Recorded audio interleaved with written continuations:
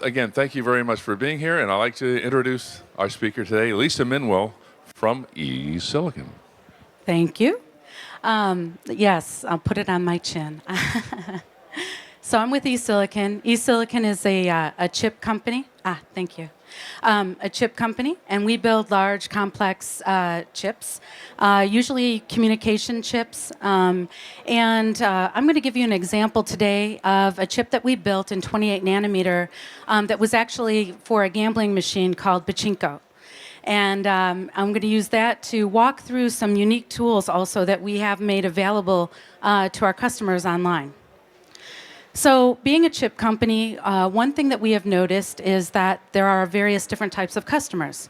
And in every case, you want to test out your design and really understand whether this is the right design that you want to go with, whether it's rebuilding or going to the next technology with an existing chipset, or whether it is you're a new startup company.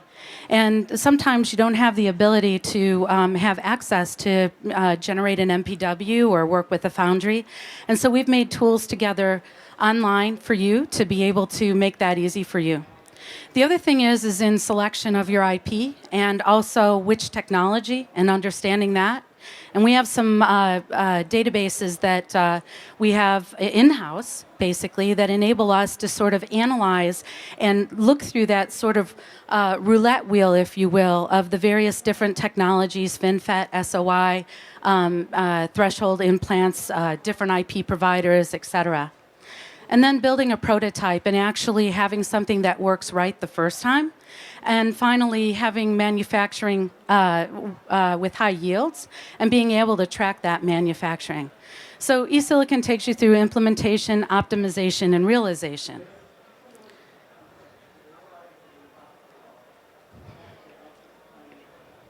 There we go. So eSilicon has been building chips since the year 2000. We've built over 250 designs from 28 nanometer to 180 nanometer.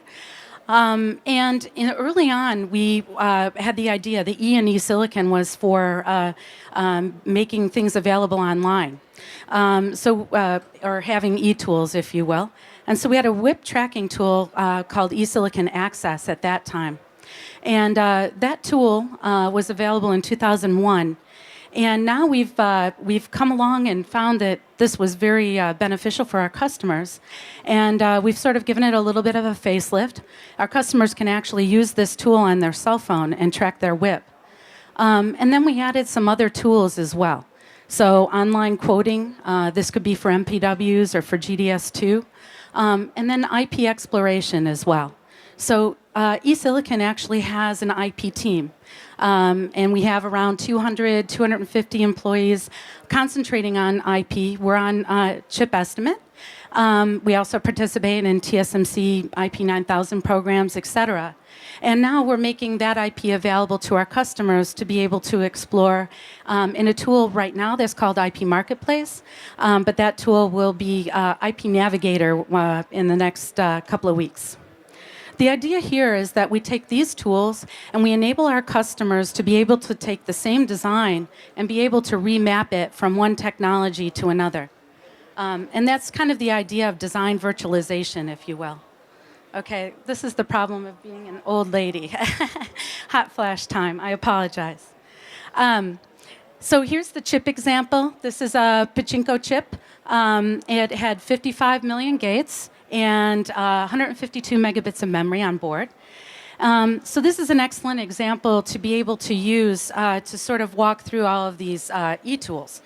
On this particular design, it had a very large video RAM, 128 megabits, and we had a quad-core of ARM processors on board. So this is a video. And what it's showing is basically the use of the MPW Explorer tool. So what you're able to do is actually, that front page kind of went by a little bit quickly, but that front page showed the selection of different tools that we have. So selecting the MPW Explorer, you come in, you put in your project name, you select your technology, the area that you're planning to use, and it will tell you how many blocks you're going to use for the MPW. And then you put in the type of packaging technology and how many wafers you want to order for each of the SKUs, if you will. And that's it. So at this point, can you, play? There we go. So this video is going to walk through what I just talked about. So now we've hit the go button, if you will. These are all the MPWs that particular customer had ordered over time. This is their contract. It's a legal binding document. It's a full quote. So basically you can go off, run with this, and execute this. And literally this takes 3 minutes for an MPW. It gives all the assumptions that you had filled in, explains everything that would be taking place, and eSilicon would be able to go off and take this and run with it. So now the same thing when you're looking at IP selection. So here, it's, like I mentioned, it was kind of a roulette wheel, if you will, and over time it's gotten more and more complex. And so what we have done is we've built a database online not online, but internal, where we analyze both the PDKs as well as the IP that's available, and we determine whether we're able to take designs, like RTL designs of our own or maybe our customers' designs, and be able to remap them to different technologies and to different libraries and different types of IPs. And also, we have some unique graphical capabilities that allow us to analyze that. So this is an example, looking at that memory subsystem that was 152 megabits. That large video RAM is that green bar over on the left side. It was a significant contributor to this design in all of the PPA aspects. And so what you see here is an example of our internal tool where we're looking at this memory. This is an 8K by 64 that we would replicate into making this very large memory. And what you notice is at the bottom axis, you're seeing the frequency. On the vertical axis, you're seeing the total power. And then now on the z-axis, you're seeing the area. Now, these are all of the memories that are available on the shelf for this particular technology. So you can see that there's a wide range of different configurations for that one particular memory. What we do then after that is if we determine that that does not meet our needs, we have a set of base compilers of our own that we have proven in silicon, and we're able to modify that, enhance that to meet our needs for this particular ASIC, which is what we did here. And so what you can see is that this particular design, without doing this enhancement, had 532 gross die per wafer. Once we made this enhancement to the memory, we were able to get 613 gross die per wafer. That's a significant difference. That gets right to your bottom line.